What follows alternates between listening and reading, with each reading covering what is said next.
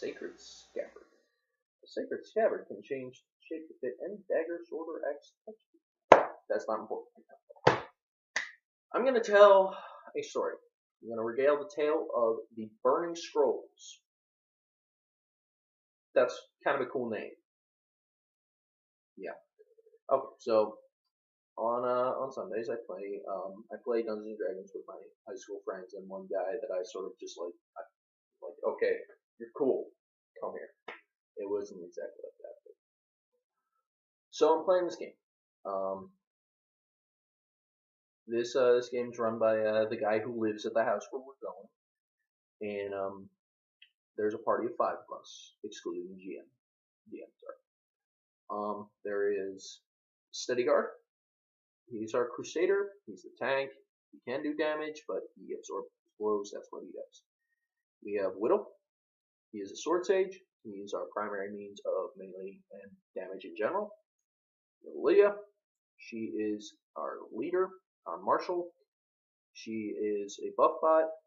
In a pinch, she's a tank, and she really, that's most of what she does. She's an excellent party face. Great character. Then you have Grubnibbler, our resident psychopath.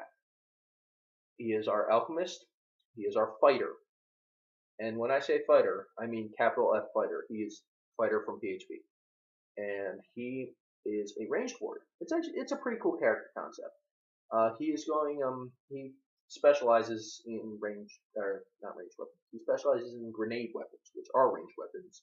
He has the necessary feats to not suck at it, but he still winds up hitting a couple of us in the back every now and again, which is annoying. Because I play Sunather. I'm an Ardent, and I'm the healer. Now, before any optimizer out there says anything, yes, I know Ardent isn't that good for healing. Guess what? I like psionics. I wanted to play an Ardent. I can also fight very well. I do about as much damage as Steady Guard. Granted, that's only one hit per round.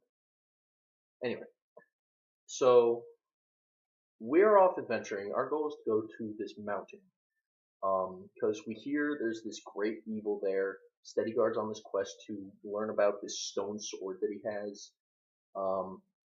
I'm there because I want to try and build a church to Tomorrow, this obscure dragon god that I worship.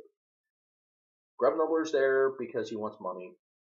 Widow's there because he's friends with me. Like, our characters are friends. And Lydia's there because if she's not there, we will die. I'm not joking. If Lydia's not there to police us, somebody will wind up killing somebody else. It's actually kind of, anyway. It's funny. But a lot of times we can get ourselves into quite a bit of trouble, and if Lydia doesn't tell us how to put us in line, then we're pretty much screwed. But we're on our way to this mountain, and the plains are starting to become sort of rugged, and we see actually off in this in the distance we see this something burning, and we're like, oh, it's actually it's midday, nothing's happened to us yet. You guys think it's a good idea to go check that out? Immediately, somebody's like, no, there's fire, and Grubnibbler's like, ooh, fire. So it comes to a vote, and Lydia votes against it. I don't remember which way I voted. It doesn't matter. Point is, we wound up going over there. And the DM's actually really good. Really nice about this.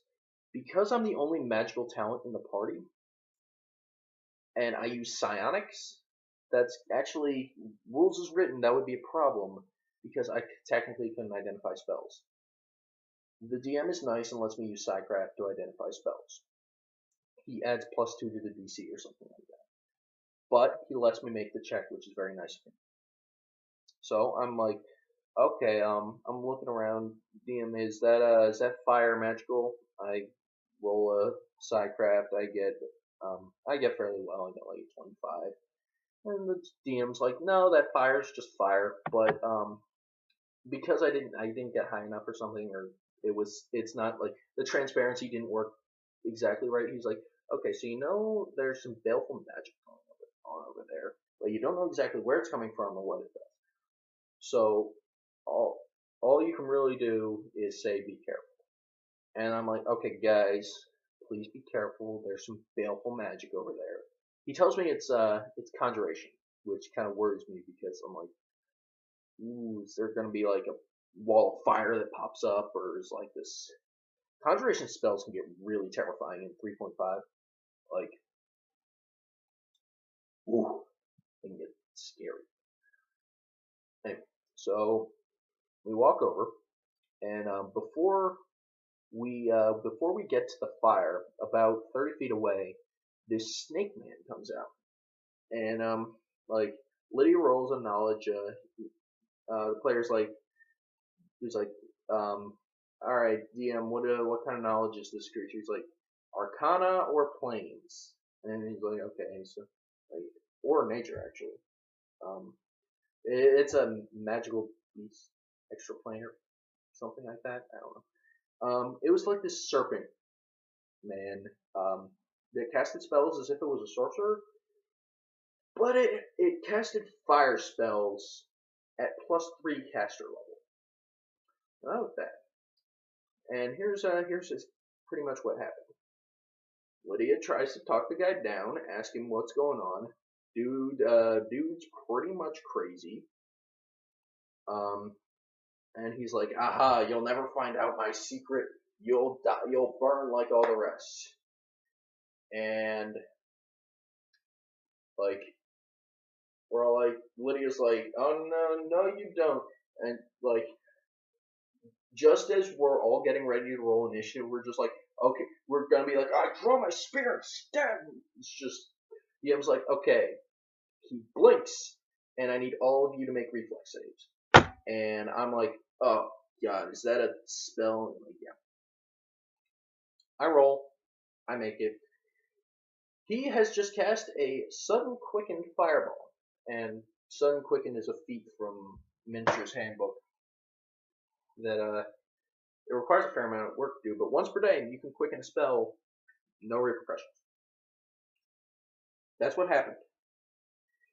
Now, this creature casts spells as if it was a 5th level sorcerer. Okay.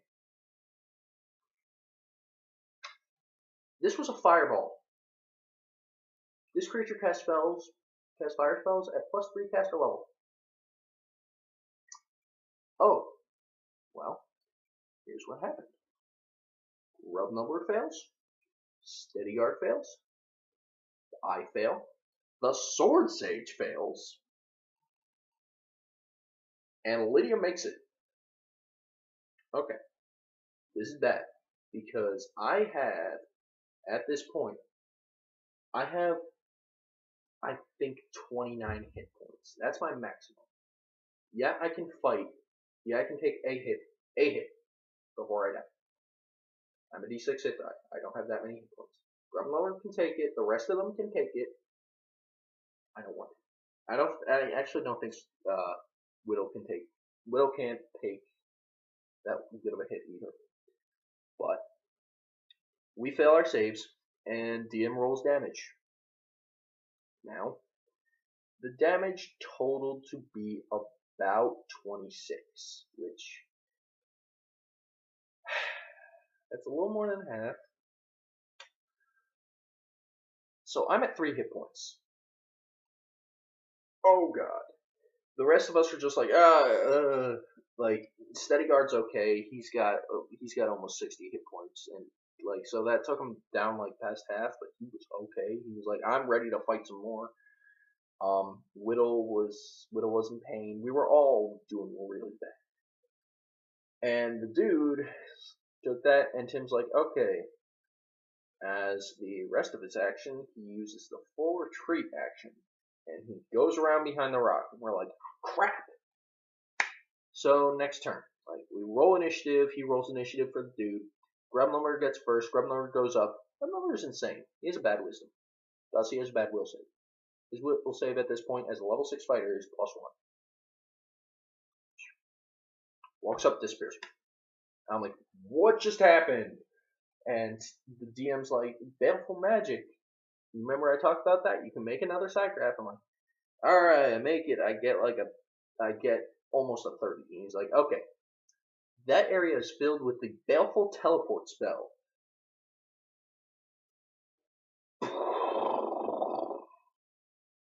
Baleful teleport is a mid-level 3.5 spell. It's actually, I think it's kind of high.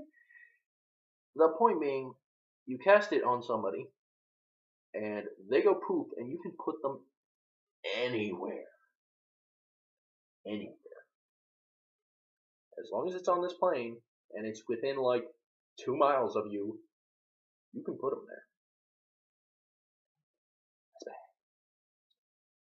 bad. Teleported guy up into a volcano. He's dead. So we have no idea where Grubmother goes. And we as players are like, and DM's like, okay, Grubmother, dude, I'll get to you in a second. We're like, oh crap, we lost a range fighter. No, we gotta go find him. So next up, Whittle goes up. Whittle's got a good will save. He's got a very good will save. It's on like, it's really good. But dude's dice aren't that good. He goes up. DM's like, all right, Whittle, roll will save. 1. I'm like, shoot, we gotta fix this. We gotta fix this. So we're all panicking. We're trying to find this dude, but every time somebody goes up, they poof. Steadyguard goes up. Steadyguard has a decent will save. He makes the save once. He doesn't see the guy behind the rock. Lydia goes up. Lydia goes poof. I go up. I have a good will save. I'm fine. So Steadyguard and I are just sort of standing there, just like, I've got my long spear. I'm like, I will. Steadyguard's like, I don't. Sunator, I don't know what to do. Next round comes around. Steadyguard poofs. I am looking everywhere for this guy. I'm looking. I'm like trying to find invisibility. I'm doing everything. I take it like I can use magic devices. I'm not very good at it, but I have a chance to use it. So I take out this wand of detect magic. I'm like, and DM's like, you detect all the magic that was there before. You detect your +1 ring of protection, which is also my wedding ring. I'm married to a Kobold princess. That happened in the game. Anyway, so next round comes around. I make my will save again, and I'm like, I gotta find these guys. I gotta find these guys. 4th round comes around. Fail my will save. I land in a room with all the other guys. What is there? It's a 15 by 15 by 15 room. So we're all cramped in there. Apparently, Steadyguard is really claustrophobic, so this was kind of terrifying. Steadyguard's a Goliath, so he's like 7.5 feet tall. So he's trying to push this wall. It's not working, and so we're all stuck in this room. It's made of adamantine, and there's a goat. DM's just like, okay. In the corner, there's a goat. This room is made of entirely adamantine. There is a door. It has a huge chain leading out to the outside that's probably attached to a padlock because you're not idiots. Okay, there's a voice on the other side. Apparently, there's this urban druid, which is it's sort of like it's a class from Dragon Compendium that specializes in keeping the balance within cities.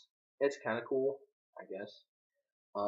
And sort of like the balance between order and like they keep the balance between between tyranny and anarchy. It's actually kind of cool.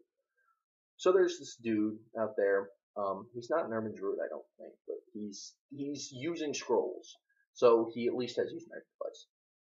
So we're talking to him, and apparently the fire dude had held his wife and child hostage, and also paid him 200 gold dues. He led with the 200 gold, so we were kind of just like, what? And he mentioned that, and we were just like, okay, well. Steadyguard had, Whittle had a maneuver and an item that actually made him kind of good at breaking stuff. So he's taking his katana, he's like on the door. Dude's just repairing it. On the other side, like repair, moderate damage. We're like, oh crap. Okay. Lydia searches the goat. It gets very strange. She frisks the goat thoroughly, and she finds a key. And Whittle somehow manages to like go the key out, and he like slaps the dude's hand away, and he opens it up. Steadyguard like falls out. He's like, ah, and we see this guy there, and like we all topple on top of each other, and he's like, oh, you got out. Lights a match and throws it on the scrolls. I'm like, and the DM's like, okay, so the scrolls are burning. They're basically worthless. I'm like, I throw my hands down on the table. I'm like, they are not all freaking worthless, dude. I roll a reflex save, get up, and I freaking jump onto the scroll. And DM's like, you realize you're gonna take fire damage? I'm a healer, damn it. So I jump on the scrolls. I managed to save a fair amount of them. I actually have my character right here in this book. Sir Sunather. I have out of the like 50 scrolls in that pile, I managed to save 6 of them, which I was kind of disappointed about. But hey, you know. So I have 2 scrolls of repair moderate damage and 4 scrolls of repair light damage. When I jumped on top of that, DM's like, okay, well, I need you to roll me a reflex save then. Roll a reflex save. My dex is bad. I have a bad save anyway. I do bad. I fail. DM's like, okay, well, he first rolls a d4, which I'm like, what? And he rolls a 4. He's like, oh, you take 4d6 fire damage. I'm like, cool. He rolls it. He rolls 20. Now, luckily, while in the room, I had patched everybody up. I spent almost all my power points doing it, but everybody. And I also had a wand. I was like, so everybody was basically okay, but that took me down all the way again. I think by the end of that, I was at 1. So I blew most of my power points getting myself back up.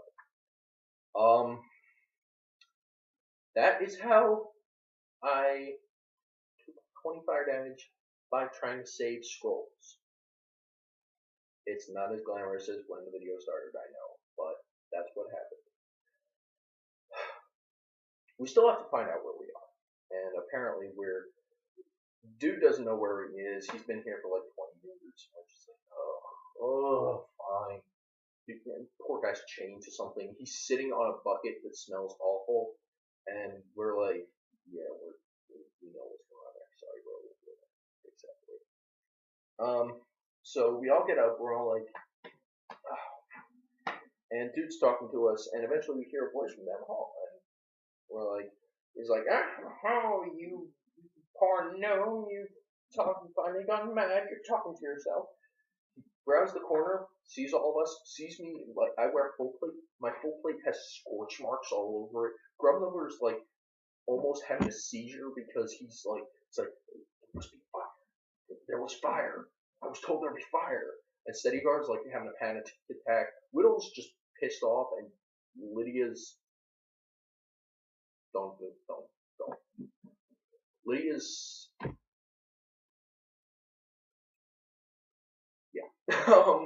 So we're all pissed. And dude comes around the corner, and he's like,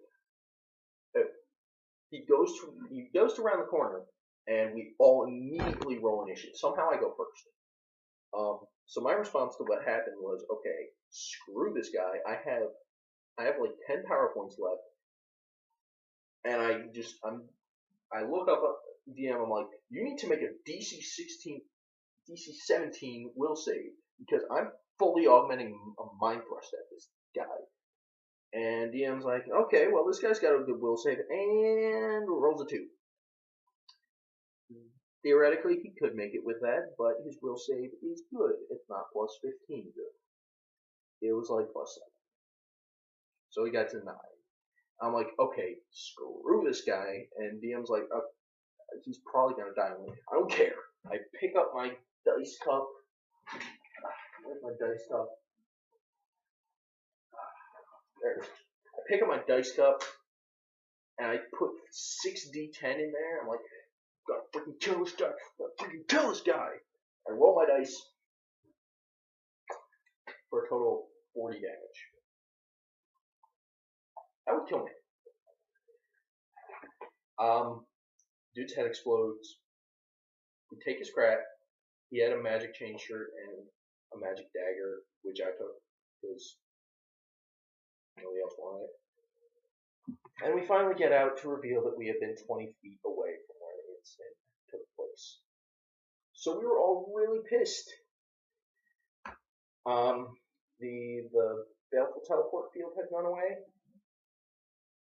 but we were still pissed. So to spite the guy, well, we let the gnome go free, and to spite the guy, we spent the night in his hut, and then after we were done, we took the goat out, we let the goat go free, and we burned it to the ground. Well, Grumnolmer burned it to the ground. Right? Grumnolmer and Whittle burned it to the ground, because Whittle can breathe fire, because he's a sword sage. Yeah. Well, that is the story of the Burning Scrolls. An epic tale of blunderous rolls, bad luck, and the DM's girlfriend's ideas. Arrgh. She goes to school with me. Oh, that was freaking terrible. I hated that, but I loved it so much.